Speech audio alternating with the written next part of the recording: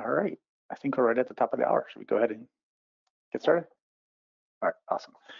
Hey, good morning, everybody, and thank you very much for joining us on this webinar that's all focused on climate orientation to meaningful watershed education experiences and a little bit more. So my name is Bart Merrick. I work for the NOAA Chesapeake Bay office, and I support the MWEE grant program as well as education programming through our Environmental Science Training Center. And with us today is my colleague, Krista Hogan. So say hi. Hi, everyone. Thanks for coming. Fortunately, we are recording this. They will be posted later to the MWEE practitioners webpage. So you can watch this later too, and then also share it with colleagues. And Bart's leaving me. No, I think he's just leaving so we can figure out the audio issue right now. All right, how's that? Better? Yeah. Yep, that's good. All right, awesome. Sorry about that, everybody. So just to kick us off, this session is both a part of a regular MWEE practitioner webinar series that we offer monthly throughout the winter, just to kind of connect as MWEE professionals and learn about what's going on in the region. And but this one kind of serves a special purpose in that it's also informational and supportive around the 2024 BWET Notice of Federal Funding Opportunity, or NOFO, for this year's Chesapeake Bay BWET. So Chris is going to be dropping in some links throughout this session, and you should see those in your chat or in the window that comes up there. And so those will be helpful in terms of, you know, kind of letting you know about some of the resources that we're looking at and pointing to.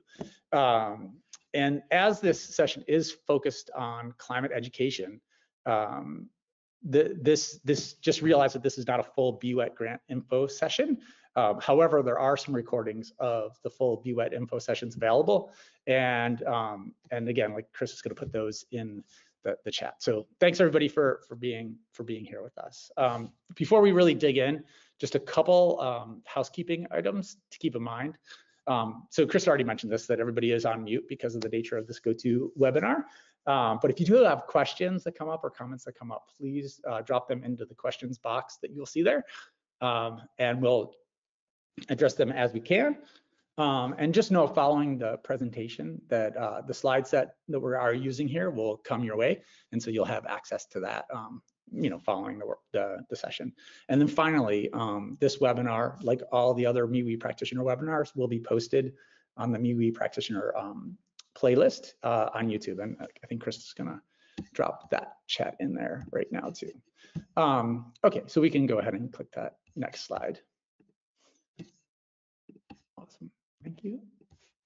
So this webinar is scheduled for an hour, and generally we'll be just kind of talking about how to integrate climate change into the work that we are all doing, and thinking about this specifically at the school district level, either through designing and implementing meaningful watershed education experiences, or MWEEs, or school district capacity building. So again, like Chris is going to be dropping some links in, but this next document she's dropping in has links to the BWET NOFO, as well as the climate ed resources that we will be referencing during this webinar. But just a little bit about BWET for those folks that might be new to that funding opportunity. So first off, BWET is the Bay Watershed Education and Training Program, and that funds locally relevant, authentic, experiential learning for K-12 audiences throughout through a method called the MWEE. So the MWEE is the vehicle for delivering this kind of robust programming, and they're multi-stage activities that include learning both in the classroom and outdoors, with a locally relevant context to increase understanding and stewardship for the Chesapeake Bay, for the climate, and beyond. And we're going to dig deeper into the MWEEs in a second, but it's just important to know that BWET does not fund broad environmental education. It's really focused on that MWEE, on the MWEE and implementing that, at least for this funding opportunity. All right, we can go to that next slide. So I'm gonna kind of talk specifically about the school district MWEE for just a minute and the school district part of the notice of the federal funding opportunity. And in this year's NOFO, there are two priorities. One is around implementing MWEEs in school districts, and the second one is around school district capacity. So in this school district programming one, it's either MWEEs or school district capacity, and applicants will be able to choose just one of those priority areas in which their project fits best. So, and then the other thing is, and why this webinar is happening, is that you may also choose to address the special interest area. And for this year, as in the past couple of years, it's around climate change. And so note that this is not a requirement, but it's an optional aspect of a proposed project. And this webinar is largely focused on helping you to think about meeting that special interest area. But first I wanted to cover just a couple things just about the overall NOFO, just so that we're all on the same page. And again, like in terms of implementing MWEEs in the school districts, that's the first priority. NOAA's goal for environmental literacy includes systemic MWEEs. So systemic MWEEs are MWEEs that reach the entire student population in one or more grades within a school district. Every student in that grade or grades receives all the components of the MWEEs. Deals with the issue investigation part, the field experience, synthesis and conclusions, action. And in order to enable this, all teachers of these students should receive high quality professional development to support them in the content knowledge and pedagogical skills for implementing all those aspects of the MWEE. And ideally, MWEEs are embedded into the school district curriculum, either prior to or during the implementation of the project itself. Projects that are systemic encourage ownership from a broad range of constituents, especially school districts, and promote long-term sustainability of the MWEE in a school district.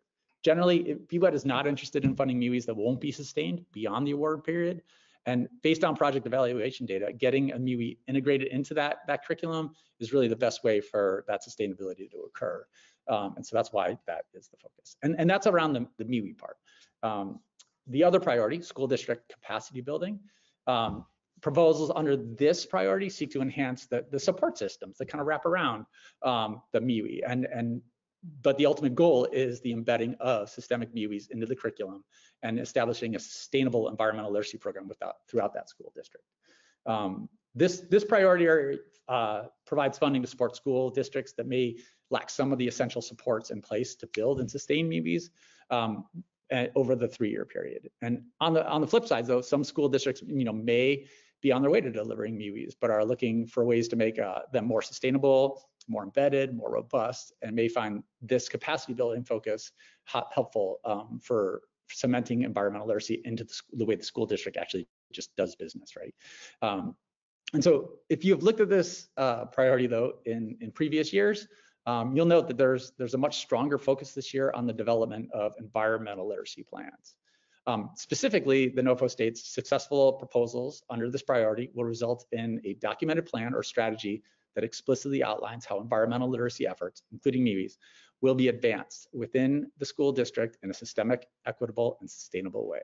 So those 3 elements, sustainable, equitable, and sustainable, are the core of this project area, this priority area. And so proposals in this priority should describe how capacity building efforts will be sustained for the long term and describes how the project will ultimately contribute to systemic MWEE implementation. So we can go to that next slide. Yeah. So I think I'm going to hand over to Krista to talk a little bit more about MWEEs themselves. Yeah, so I know the audience we have here is coming with like big diversity of knowledge about MWEEs, but as Bart said, since BWET focuses on MWEEs, we're going to spend just a couple minutes going over exactly what one is.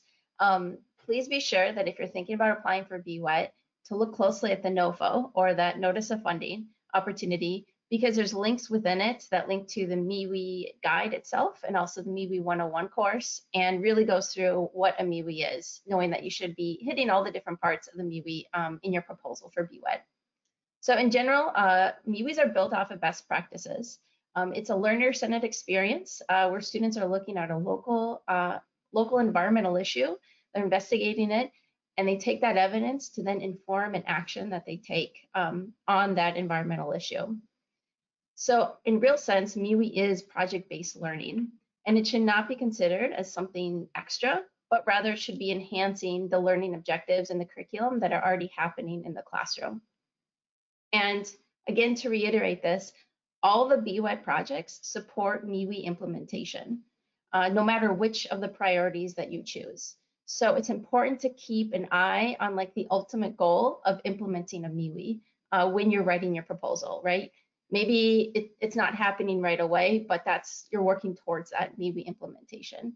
And again, you should be hitting all components of the MWEE. So let me just run through some of the components right now. Oh, wrong way. So there are, oh man, we're getting there. We're getting there. It's Monday. We've all been on breaks. And we're there. Okay. So a MWEE has essential elements and has supporting practices. The essential elements are currently listed on the screen, and that is what students do during a MWEE. I won't spend too much time talking about the supporting practices. Again, you can find that in the BWET NOFO, but that's really what classroom teachers and educators are doing to support the students as they work through the MWEE. So I'll spend a little time looking at some of the essential elements of the MWEE. And the first one is issue definition. So generally, the teacher, maybe in partnership with that, non-formal educator, is creating the driving question. The driving question is this overarching question that focuses the MWEE on a locally relevant environmental topic. And then during issue investigation, students are trying to learn about that driving question. They're developing some supporting questions. They're doing different investigations outdoor and inside. Maybe it involves like online research, collecting data, making observations. They're also thinking about learning from the community, right? They're thinking about the values that are important to themselves, to stakeholders, to other community members. So ultimately, they can really get to the root cause of that environmental issue. And understanding the root cause can then inform an action that could really make an impact on the issue that they've been studying. The other essential element is outdoor field experience. A MWEE should include at least one opportunity for students to learn outside. Now, this can happen on the school grounds, or it could be happening, at a nearby park or nature center. And it could be happening multiple times. We always do talk about encouraging people to at least plan for one schoolyard experience, if possible, just because if something were to come up regarding busing or funding or added restrictions to students leaving campus, the MWEE can still happen and there can still be that outdoor component. And a variety of things can happen on this outdoor field experience. It could be a part of issue investigation where students are learning more about the issue, again, making observations, collecting data, and it could come up again when they're actually taking action. So there's many places that you could be, plugging in this outdoor learning opportunity. The next one is synthesis and conclusion. So this is something that should be happening multiple times throughout a MWEE.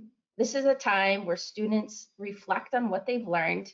They look at the evidence that they've collected, the data, and they're forming claims and conclusions, and they're sharing that with their peers, with the other students in the classroom. And again, you do this multiple times. So students have opportunities, ideally soon after that experience, to really think about how it's connected and how it's helping to answer the driving question.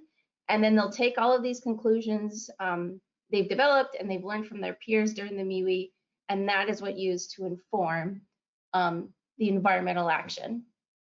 So environmental action, we realize can be challenging, but it's really important because it gives the opportunity for students, of course, to take all the evidence they've collected, think about an action they can take, and it also just builds a lot of confidence in the students, understanding that they have investigated this issue in their community and they can meaningfully take an action on that issue.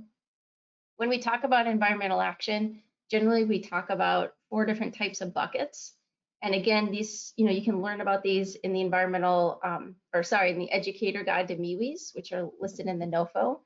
And those 4 buckets are around restoration and protection. And so that generally is, getting your hands dirty a little bit. Maybe you're taking care of invasive species, a garden, or revamping a garden that's already existed on your schoolyard. The other one is everyday choices. So there you're thinking about what can you do every day to help? Maybe it's like energy and water conservation, or think about composting. The other one is civic engagement. And this could be writing to elected officials, speaking at the school board, things like that. And then finally, the fourth bucket is community engagement.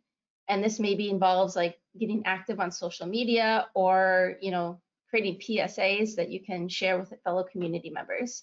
So really think about all four of those action buckets when you're thinking about what potentially students could be doing. But what's really important during the action part, and again, I mentioned this earlier, is MWEEs are learner-centered experiences. So students, to, as much as possible, we realize there's going to be a difference between elementary students doing this versus high school students, but students are involved in choosing the action project and implementing and reflecting on the action project. Again, based on age, it's going to look different, but they should feel like they had a role in the action that they ultimately took. And why climate is so important, why we have this special interest area on climate change is, we've heard a lot about climate anxiety. It doesn't just happen to students, it happens to the educators, it happens to everyone on this call that teaches climate change. Climate change is a big issue. A lot of people feel anxiety around it, but one of the best things you can do is act on it, right? So we're not just teaching students about climate change, but we're teaching them how they can be a part of the solution. And so again, that's building confidence, letting them know that there is this issue out there, but I can be a part of the solution. So when you're thinking about applying to BWET, or even if you're just thinking about doing a MWEE, be aware that there is a new MWEE guide out there. It was released about a year ago or so. And when you're applying for BWET, when you're thinking about your proposal, or again, if you're just, revamping a MWEE program, please use this guide. This guide has an updated environmental literacy model, which is kind of the way we use for planning MWEEs. And it also has some brand new student worksheets to help you and classroom teachers guide students through the process of thinking about their questions, making investigations, and thinking about action. All right, cool. So thanks, Krista. So for a while now, right? Climate has been a perennial challenge, and there are a lot of initiatives around the country, around the states that we all work in to help support climate-related education. And we're going to just call up a couple things here that we think will be helpful, especially if you're considering the climate special interest area for this BWET NOFO. So for just a little bit of context, in late 2023, so just last year, the 5th National Climate Assessment was released, which is basically US's big report on climate impacts responses. And this is really a good, solid background document for understanding the impacts within our region of the country. And most of us, what most of us are in what the assessment defines as like the Southeast region. Some of you might be in the Northeast. But what's unique about this year's report is the emphasis on the responses and the community-oriented solutions that are there. So it's really a great, solid primer for the climate education work that you may be considering. We can go to the next slide there. And like I mentioned, we totally acknowledge that there are a ton of really good and solid learning resources to support climate-related learning. And that includes things like CLEAN, so the Climate Literacy and Energy Aware Network, and Subject to Climate, the Project Learning Tree, Project Wild, all these things, as well as the NCA itself. And all these are great databases or specific lessons related to it, and we encourage people to look in those places to find good ideas for potential climate education efforts. And today, though, we are going to be focusing on the orientation in the NOFO, which is the meaningful watershed education experience. So MWEEs, like as Krista just described, are more than a single lesson. A lot of what you'll find in these resources are more lessons or series lessons, but and it definitely is kind of that multi-stage learning that is centered around that, more than a single lesson, indoor, outdoor, and focused on action. We can go to the next slide, Krista. And I also wanted to, if you are considering this NOFO, call attention to a couple of NOAA resources that are specifically, that might be even more helpful when considering this special interest area. So one is that I think is particularly powerful is the community resilience theory of change. And so this is a NOAA-produced theory of change that outlines different pathways for building community resilience. And the cool thing in this theory of change is that it's clearly recognized that no one organization is going to make the kind of changes that are needed to address the climate challenges we are experiencing, but rather it's a collective of multiple organizations and individuals like with a variety of sectors: education, government, broader public, other nonprofits that need to come together and have the expertise to support really what needs to be done. And so that's key here. And we can click a little bit, and there's a couple others. NOAA also has and supports climate.gov, and this is a great shop to go to for news and events related to climate, as well as climate data and climate teaching resources. And then we can click one more time. And then there's also a database of climate education or just education resources available through NOAA, and the Sea to Sky database is a great tool to visit, and if you're looking for specific climate-related education ideas. So just wanted to call those out as we kind of kick things off here. And we can go to the next slide. It's also really important just to know that there are a couple resources in development and that are being updated right now as we speak. One is the Climate Literacy Guide, and this is a multi-agency partnership that puts this Climate Literacy Guide out. And the last time it was updated was in, I believe, like early 2010 to 2008, actually, I think might have been the date. And the thing is, like, this update is pretty significant, and a key thing to know is that this Climate Literacy Guide now includes current understandings of the climate system. So it gives us that science update, but it also incorporates a lot more of the cultural context related to climate change. It focuses a lot more on justice and solutions and local indigenous knowledge than the previous version. So it's really a solid update.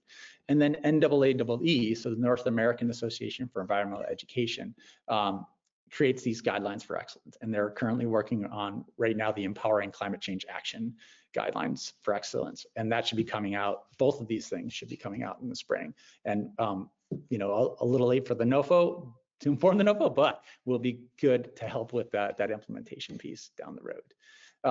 So those are the kind of things that are in there, that are out there more broadly, but we definitely wanted to share about a resource that was developed locally and MWEE focused. So I'll turn it back over to Krista for that. All right, thanks, Al.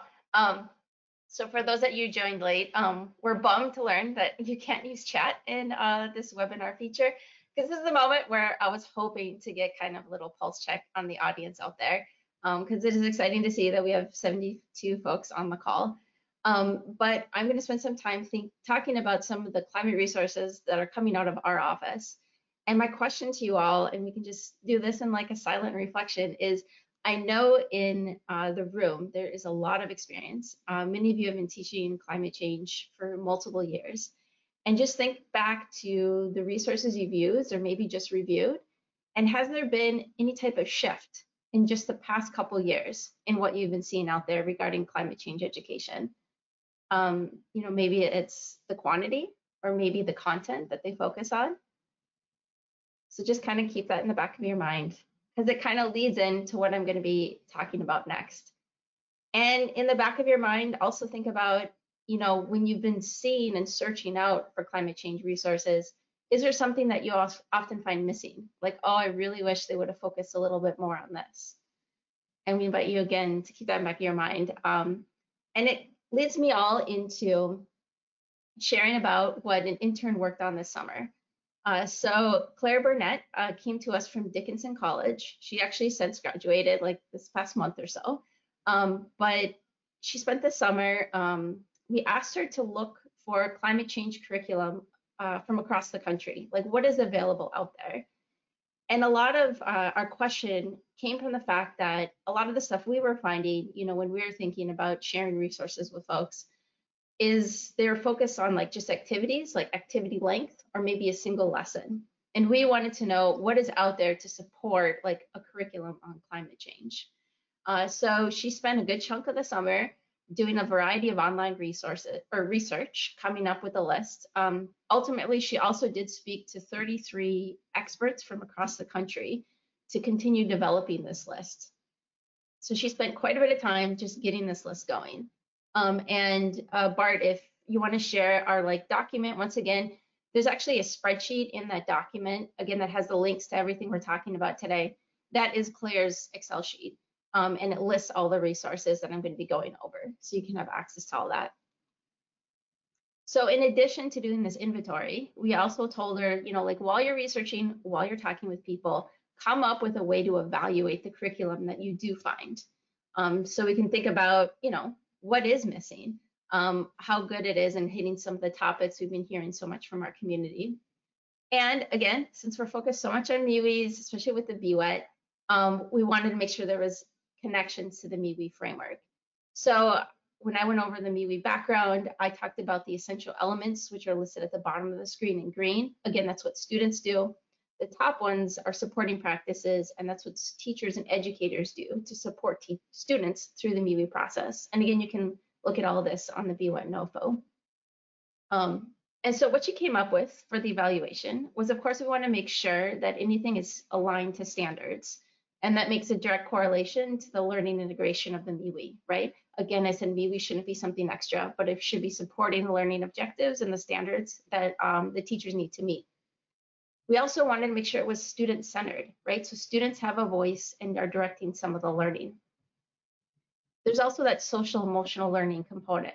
I mentioned earlier about climate anxiety, and this is really kind of where the social emotional learning comes in, right? So we are really meaningfully thinking about how they can use some of their skill practice and the skills they already have to use in a MWEE to also work on some of their social emotional skills. There's also an opportunity for outdoor learning. Again, that's required in the MWEE. Also, like, are there connections to environmental or climate justice? And then finally, is it action oriented? And that harps back again to climate anxiety and students learning that, you know, they can be a part of the solution to this problem. So these are the evaluation criteria she came up with. And the hope, you know, when she looked at this long list she developed, was that when she evaluated them, of course, you know, we get this pretty star, right? It hit all those different things that she was looking for. Now, I will say before I click to the next screen, you know, Claire was only with us for 10 weeks. She did a ton of stuff in 10 weeks, very impressive. But ultimately, she was only able to really dig into 5 of the curriculum that she found.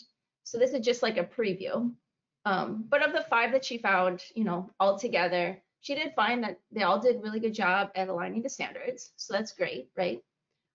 There were connections to justice, but we were kind of missing, you know, is it action oriented? Are there talks about solutions? Are there opportunities for outdoor learning? And is there that social emotional learning connection? So this is just from 5 that you looked at. And I will say, you know, it's actually on that document that we shared, but we are looking for an intern this coming summer. So someone who's currently an undergraduate student to continue Claire's work. And we hope they can take, you know, this criteria that Claire developed and dig into some of the more curriculum. But this was just kind of a taste of the 5 that she was able to really dig into. And so what were her results, right? So we have this inventory. Again, there's a spreadsheet that's linked into that document. You can just scroll through and you can see that she found 270 results or resources from her online research from these interviews with 33 people. She found that, you know, most of them are science-based, right? They're having the connections to science. A few of them did have other connections to different standards, like, you know, English language arts, social studies. So there are some out there. She also looked at when the resources were created. And so this is why I asked that question earlier. When the resources were created, and she did see that, you know, there generally was a strong emphasis on the causes and consequences of climate change, but she was seeing there is a shift towards being more solutions oriented. So I think that's a great thing, right? And personally, I started seeing that too. Is some of the new stuff that's coming out is they are focusing on solutions, not just throwing the facts and the data out at students. And as you expect, you know, this is coming from across the country, so there's quite a diversity in what these different resources look like. And I will say that our goal, of course, was to learn about the curriculum that was out there, but ultimately, you know, the majority of the stuff that Claire found and was told about really doesn't qualify as, like, I guess, curriculum that we were thinking. So we did go through the list, and we did post all the curriculum and those things that we classified as a unit onto Bay Backpack. And when we were thinking about units, we were thinking about like 4 or more lessons, that were building off of each other. So we did upload the units and the curriculum onto Bay Backpack so you can look through them and filter them out a little easier. But again, you have your spreadsheet, and she also put in a filtering aspect on that spreadsheet so you can dig into that yourself. So those are kind of like our high-end results. And then there's the takeaways that she came up with. And generally, people want resources, right? She was finding that more and more. And that the climate change that's happening is a bit, scattershot. The efforts and the expertise across the country are here and there. And then also with educators, they aren't able to find those resources. They can't find the right ones. There's also like not feeling confident teaching about climate change and just not having the capacity to like add one more thing, right? Even if it's in the standards, it's just adding one more thing. And then students, I'm sure many of you heard that they are asking for this, right? They are really hungry. They want climate change. They want to learn about it. So they want to know about their futures and how they can take action on it. But they're really not getting the tools they can do to like understand what it is, understand and navigate all that uncertainty. So, I was interested in this because as someone who's been in this, right, teaching about this for a number of years, these were a lot of reflections that I had myself. And here, this is from Claire, who was a current college student, brand new to the field, and she, found them as well when she was doing all of these interviews. So maybe, you're looking at this and you find, yes, these are the same reflections I've had, or maybe it's something completely different. But in talking to Claire, it seemed overall, there just seemed to be a lot of misconnections. Like one example was that she ended up interviewing 2 different people that were working on climate change education at the exact same university, and they didn't know of each other, which is just kind of crazy. They might be on the exact same campus, and they didn't know that there was another climate change education expert, down the hall or in the other building. And then again, going to these bullet points, the other misconnection is just, there's this great body of resources out there, but teachers not knowing where to find them, or maybe what's available is not what they need. And that's the same true for students. So there's that misconnection as well. So as a community of educators in our region, I think we can always do better at when we find a stellar resource to share it, make sure other people know about it. So hopefully, we aren't kind of starting from scratch with all these things that we're creating. And again, we're building from what's already been done. And that kind of leads into our attempt to make one of these resources. So the other thing we asked Claire to do this summer is to start working on an environmental literacy model, which again is a document we use to plan out a MWEE. We've heard from our community that people have asked us to make a kind of a plug and play MWEE that can be repeated. And we've always been a bit reluctant to do that because the big thing about a MWEE is that it should be locally relevant. It should connect to the community, an environmental issue in the community, connect to the learning objectives and the standards that are happening in the classroom. And so we've been reluctant to try, but we're like, okay, let's at least attempt it with the climate change, especially since we have this special interest area with the BWET. So this is meant to be a living document. If anyone works on it, we'd love to hear your feedback so we can change it. But she designs, a MWEE program for middle school students. We had the environmental issue focused on trees because we thought, the presence or the absence of trees can be an environmental issue just about anywhere.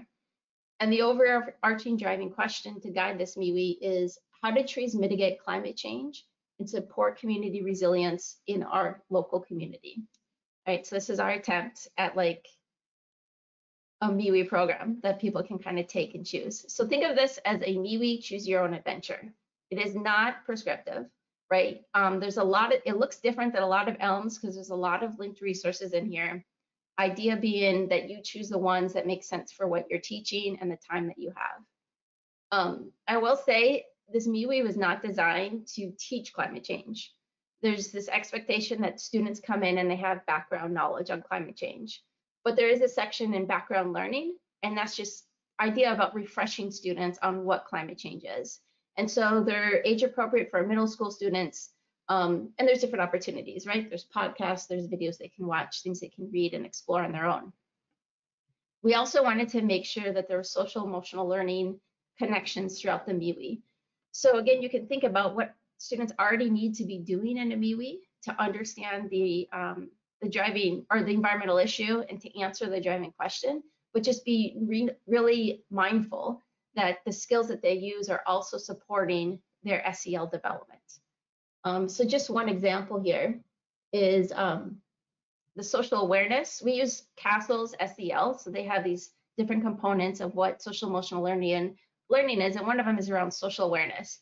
And so the one we have on the screen here is linking you to resources to help teach students how to be good active listeners and also how to develop open-ended questions.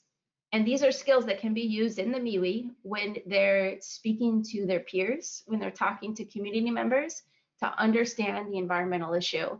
So they understand people's values, they get an idea of the stakeholders involved, and all of that can inform the action that they later take. And in the MWEE, there are 4 different issue investigations that are mapped out. If you choose to kind of go the route of this MWEE, you don't have to do all 4 to complete it. And, plus, talking to the classroom teacher, maybe they have a lesson that would fit under this overarching driving question, and you plug that lesson they're already teaching into one of these issue investigations. But they fit under these general categories of carbon. So like think about the carbon cycle and how trees are part of the carbon cycle. Community, that's about like trees within your community. And then also thinking about the canopy too. So the tree canopy in your area. And then the 4th investigation is just titled student-led investigation. Again, students should be a part of the MWEE. It should be student-directed as much as possible, right? When they're young, maybe they're just co-developing some of the supporting questions. As older students, maybe they're really taking a more leadership role, they're developing the questions, and they're really planning out the investigations. And so what that 4th column there does is it provides just a little instruction, and then it's linking you to the new student worksheets that are found in the newest MWEE guide. And those are worksheets, again, with the educator next to them. Students can go through and think about, what are some supporting questions I have? How can I design an investigation to look at those questions? And then ultimately, claim evidence reasoning statement to think about the evidence and make a claim, which again, could inform their action later. So those are like the 4 buckets of investigations. And then when you're thinking about the actual investigation, right? So that first part was thinking about supporting questions. And there's resources linked based on the time you have, the interest of your students. You can choose some resources, leave the others. Then it's like when they investigate, in this section, there is an indoor and an outdoor investigation for each of them. So again, at least there should be 1 outdoor investigation. One of the outdoor investigations here is actually just looking at surface temperature. So that could be done anywhere, right? The other 2 investigations, students need access to at least 1 tree. So if you think about it, if the schoolyard you're working on has at least 1 tree, they could do all of these outdoor investigations. But of course, then you can also do it at these nature centers. And again, you're swapping out lessons that you already do. And then the student-led investigation is walking students through, okay, I have this supporting question. Now how do I investigate it? How do I answer it? And then after issue investigation, I didn't put all the environmental literacy pages on here because it got kind of long, but again, it's linked in our resources document. In the action section, this should be as student directed as much as possible. And again, it's mostly just linking to those worksheets. So it's having students brainstorm, okay, what's the evidence I have? What was the claim I could make? And then how can that inform an action? So they're coming up with those action ideas. And then there's another worksheet that has you as a class share out those action ideas, whether each student has one or each small group has one. And as a class, you decide on what's that one action we're going to take together. And then you follow through. There's a series of worksheets that help students plan out that action, right? So like, where do I need help from? Who can I contact? What's the budget? What's going to be our maintenance plan?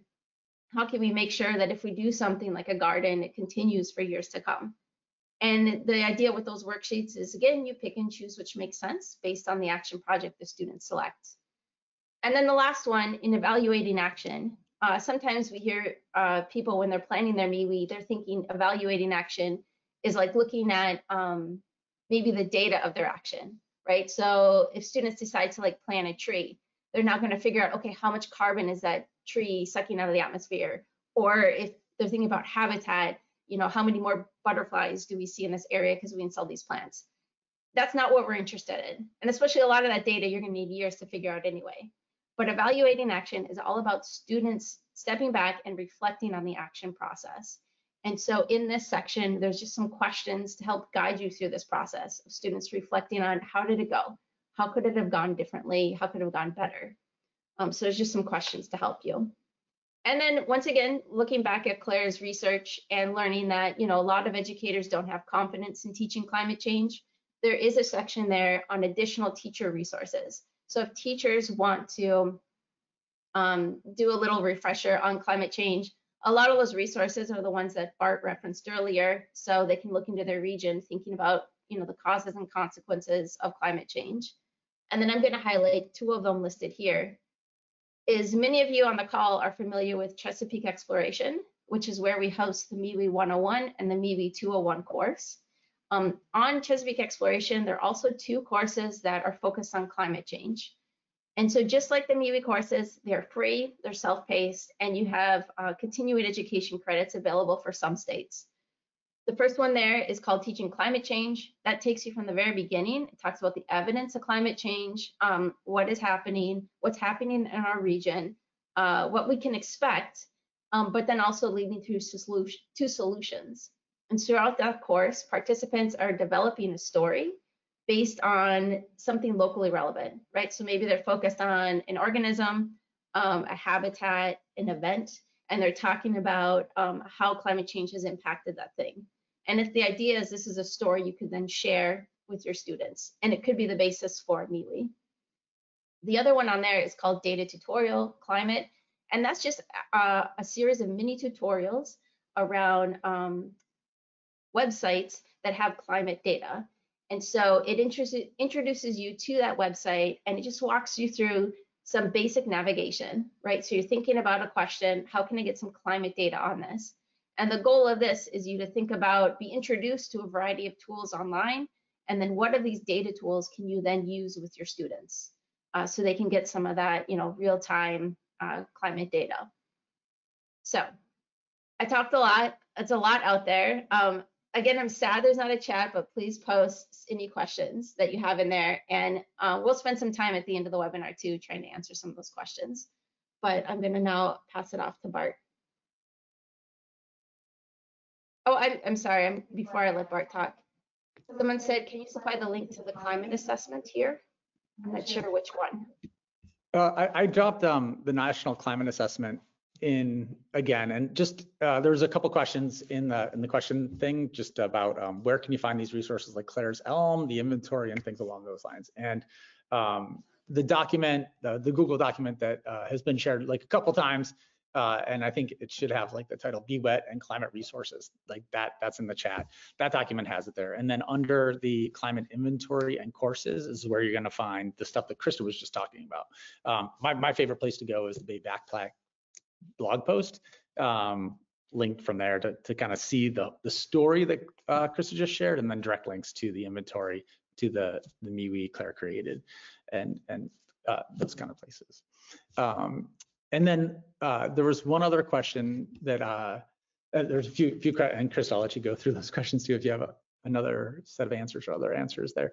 Was just about kind of where are MWEEs happening throughout the watershed too, to think about who might you be able to partner with or engage with. And in the NOFO, there's a direct link to a GIS page that has a lot of really detailed information about who is doing MWEEs and stuff like that. And we'll try and find that before the end of this webinar, but it is in the NOFO. The other option though is going to Chesapeake Progress, and I just dropped the link into the chat there, and you can see like what is the status of MWEE implementation in different places around the watershed. So with those couple of questions in mind, what Krista just shared about is really in the sweet spot of that sustainable MWEE, a climate-focused MWEE in the, you know, that would be fundable underneath the VWET NOFO, the one that is about systemic implementation of meaningful watershed education experiences. And that was the first priority. But the second priority was around school district capacity to support and engage in climate action that leads ultimately to sustained MWEs within the school district. And I did mention earlier that NOFO, or that priority area, is really a part of it's oriented towards developing climate environmental literacy plans. And so that's just a note. And I just wanted to offer that a focus on climate within that priority is certainly also a viable proposal. And in that special interest area, what we are looking for, especially around climate, is if proposals look at things like supporting connections with existing regional and or local climate action plans or other relevant initiatives that might actually just be happening in the place where this MWEE might occur. So direct connections between multiple sides of the house there, right? And then, also this NOFO could support the development of environmental literacy programming and plans like a climate-oriented education plan that are directly supportive of the goals and initiatives that might be laid out within those other climate action plans that might be happening in either both like a school district or the broader county or geography. And then the third thing that the school district capacity priority also offers space for is the opportunity to engage with decision makers and other partners or networks around climate-related education, to bring those people in to have those conversations that ultimately, hopefully, will result in some kind of plan that is going to support MWEE implementation systemically.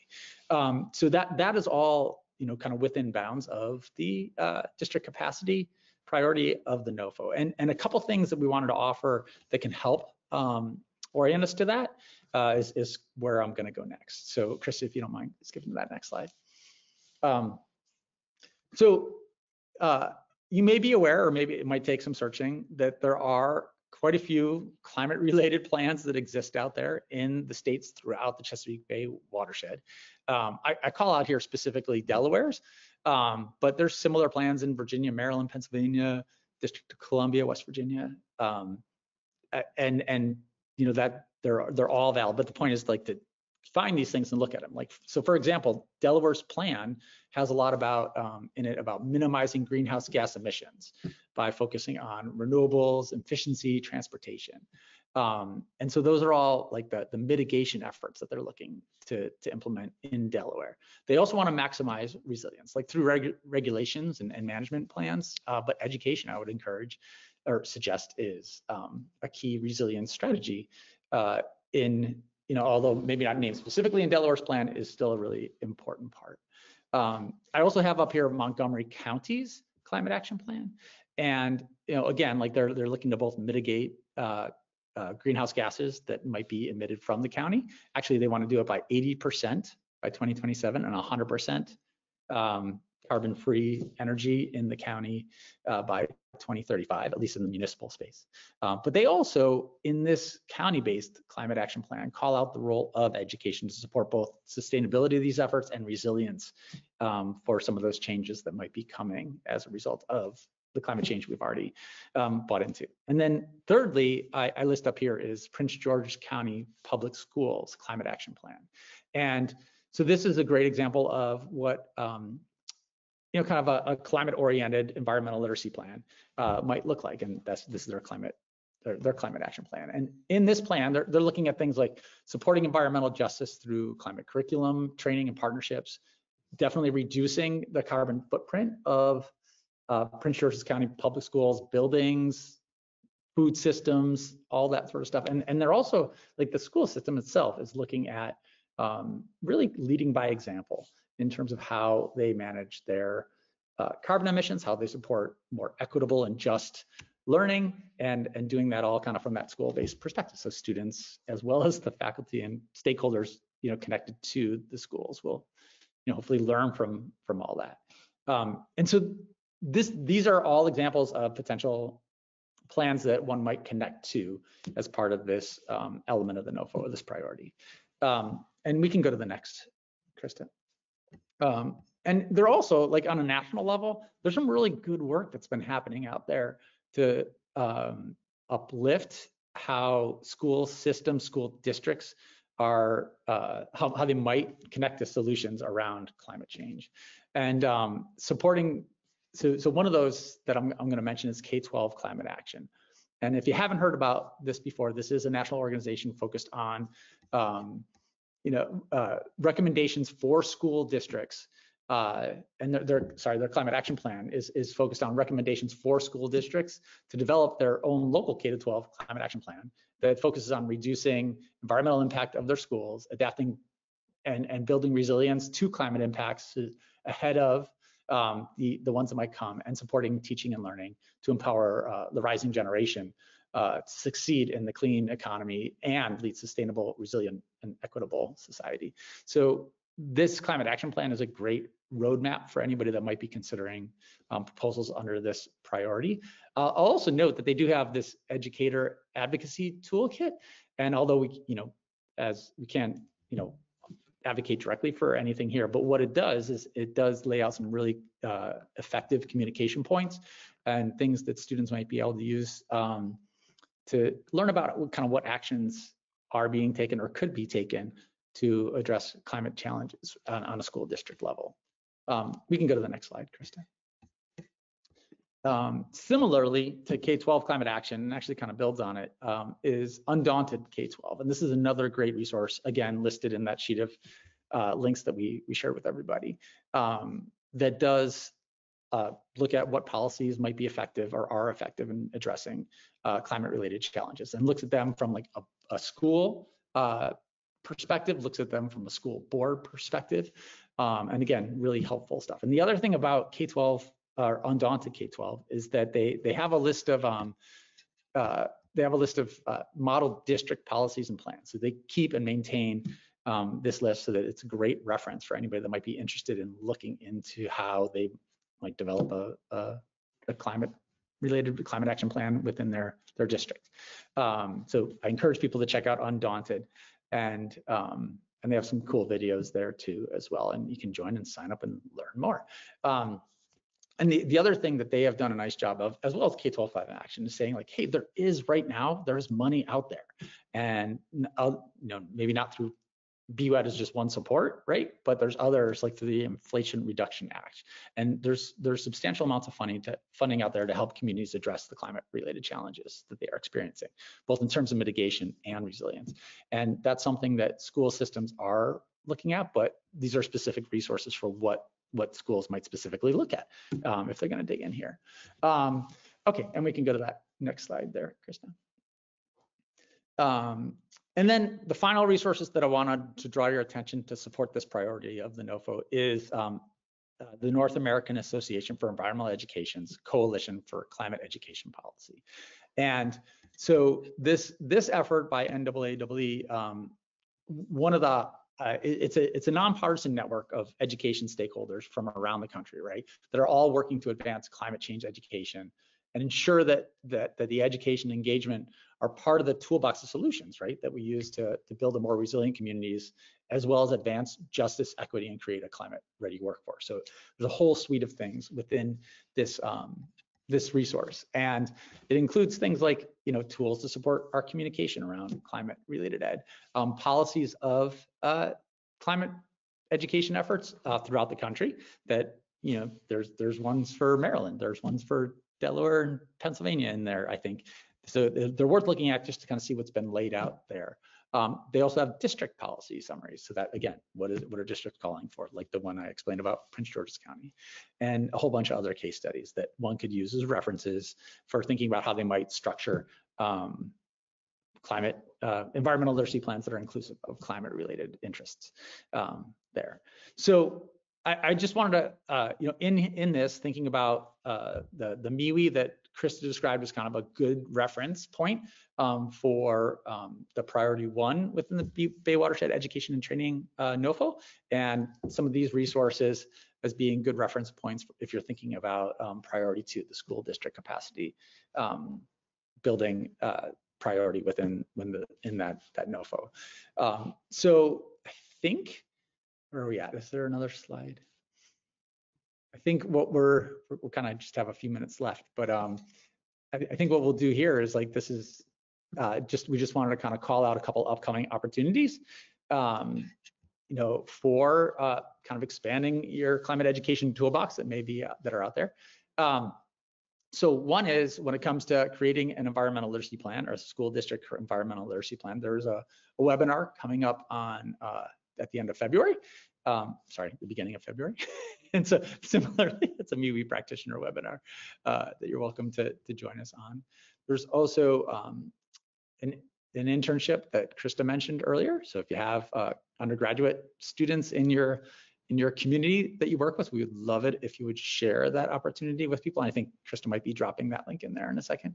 And then this summer, there's a couple climate education professional development opportunities that you might want to think about. One is MACE, or the Mid-Atlantic Climate Change Education Conference. And so that brings together a community of educators from around, like larger than the area, but it's mostly focused on the Mid-Atlantic, to kind of share what our current and emerging practices around climate education, and how can we both connect to do this work better and learn from examples that are out there. And then the last one on this list is the Summer Climate Change Institute, which is an offering through Climate Generation, which is based in the Midwest, but they have nodes throughout the entire country. And Elise Trelligan, our colleague, is helping to lead the Mid-Atlantic node again this year. And that's some really good, solid learning and justice-oriented learning around climate education that I encourage people to look into as well. So the dates are on all that, and you'll see that come up and across communications from Elise regarding to this BWET and this MWEE community here in the future. Chris, did I forget or leave anything off in that part? Okay. No, I don't think anything was left off. So this last slide just provides the contact. Again, Elise wasn't able to make it today, but she is the person you reach out to if you are thinking about applying for BWET. She is happy to meet with anyone considering it, and she'll talk you through it and share your ideas. And then Bart and my email is listed there as well. I'm trying to stay on top of the questions. I'm going to add 2 things in here because I keep seeing questions come up about this. The first one here in the chat is a map. So on this map, you can learn if a school district qualifies for Chesapeake Bay BWET funding. So a school district's 25% of the school district's area has to be within the Chesapeake Bay watershed to qualify for Chesapeake Bay BWET funding. So you can figure that out on this map I threw in there. If it's bolded, if the school district is bolded, that means it's already received BWET funding. It doesn't mean it can't receive more in the future, but it's just something that reviewers consider when they're looking at proposals. Like, has the school district already received funding? So there's that resource, because people have been asking, where do MWEEs happen? The other one I'm going to share with you is the Chesapeake Bay Program Education Work Group does a survey to school districts across the watershed and asks, are you implementing MWEEs? What grade? What other resources do you need?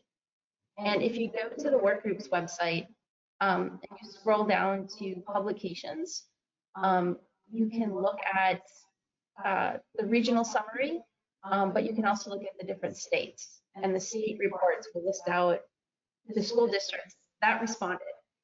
So not all school districts responded, but it's another idea to learn about where MWEEs are happening. So I think we're good. Yeah, thanks everybody. 1 minute.